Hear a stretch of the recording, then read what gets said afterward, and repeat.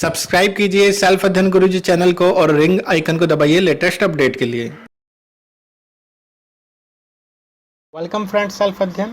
The question is explain the needs and objective of employee counseling. What is the requirement for effective counseling? Or what is employee counseling?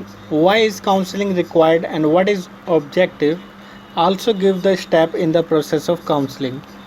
So the answer is here. Employee counseling is a psychological healthcare intervention can take many forms. Its purpose is to assist both the employer and the employee by interfering with an active problem solving approach to deal with problem on hands. If we talking about counseling process, the counseling process usually consists of the following steps.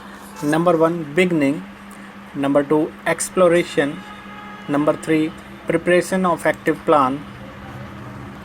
So the number 1, beginning. This involves the development of openness and acceptance of the mutual understanding between the counselor and the consultants. If we're talking about the exploration, with the help of counseling, the layer on positions, his feeling, his strengths and his weakness, his problem and needs are included.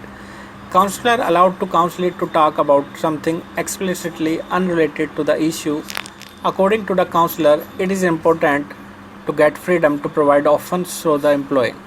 And the third one, prepare of active plans. It involves looking for possible solutions and preparing implementation plan to make the counsel a normal person.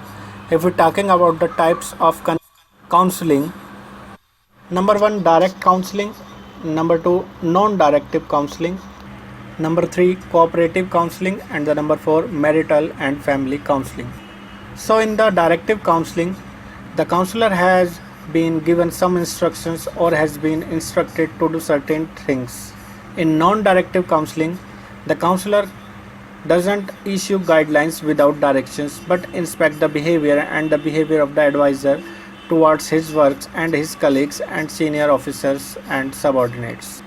In cooperative counseling, this is a kind of consultation that can be done through providing full supports to the counselor, and it is done to realize his mistakes related to his behavior so that he can return himself to the track and himself. It is through these collaborations that the counselor heart is winning. His faith will be won by the counselor and he will extend his cooperation able to improve himself. The last one, marital and family counseling. Employees are required to consult with regard to marriage and family problems, can discuss their problem with troubled employee advisor who can take them into confidence and prepare solutions for their breaks. So the effective counseling requirement, there are not many do's and don't do's follow in order to get effective consultation. Number 1, they should have a good relationship with the counselor. Number 2, develop mutual understanding, respect for counseling. Number 3, be patient, listen carefully to complaints, developing collaborative attitudes, be simple and get sympathy with the counselor. Try to know the background of anxiety, threats and anxiety, etc. Make available to the counselor for yourself and be friendly and frank with advice. So the advisor should avoid or try to avoiding the following steps. The conflict with the counselor should not develop. There is no vested interest in the consultation. Do not get annoyed with the counselor. Do not resist. Avoid beginning based. Be fair. Do not exploit counselor for self-interest and do not use pressure tactics.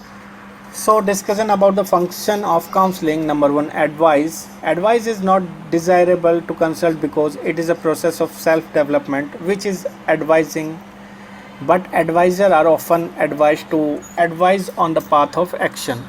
Number 2, assurance. The counselor will have to assure the employee that he is moving towards achieving desired goal and is moving forward. Here the encouragement for assurance can also be called. This is primarily in the case of middle career manager where the counselor can only assure that everything will work to fix employee counseling and increase its work as desired goal within reach. The next one, third, communication. Counseling is mostly about proper communications, requiring proper communications to send employee problem to management and broadcasting ideas to employee management. The number 4, release of emotion stress. Counseling gives employee an opportunity to leave their emotions tensions. Emotions explosions help the employee leave the anger and despair of the empathy of sympathetic person, which in turn helps in reducing stress. Number 5, clear ideas. Number 6, reorientation. So discuss about the benefit of counseling. The benefit is helps employees effectively deals with problem. Employees are able to solve their problem. Helps in making decision. A new way of looking at perspective. The number of employees absence can be reduced. It can stop the employer or resign from the employee. This reduces this cost of hiring new employee and training new employees. The possibility of smooth coordination between the employer and the employee.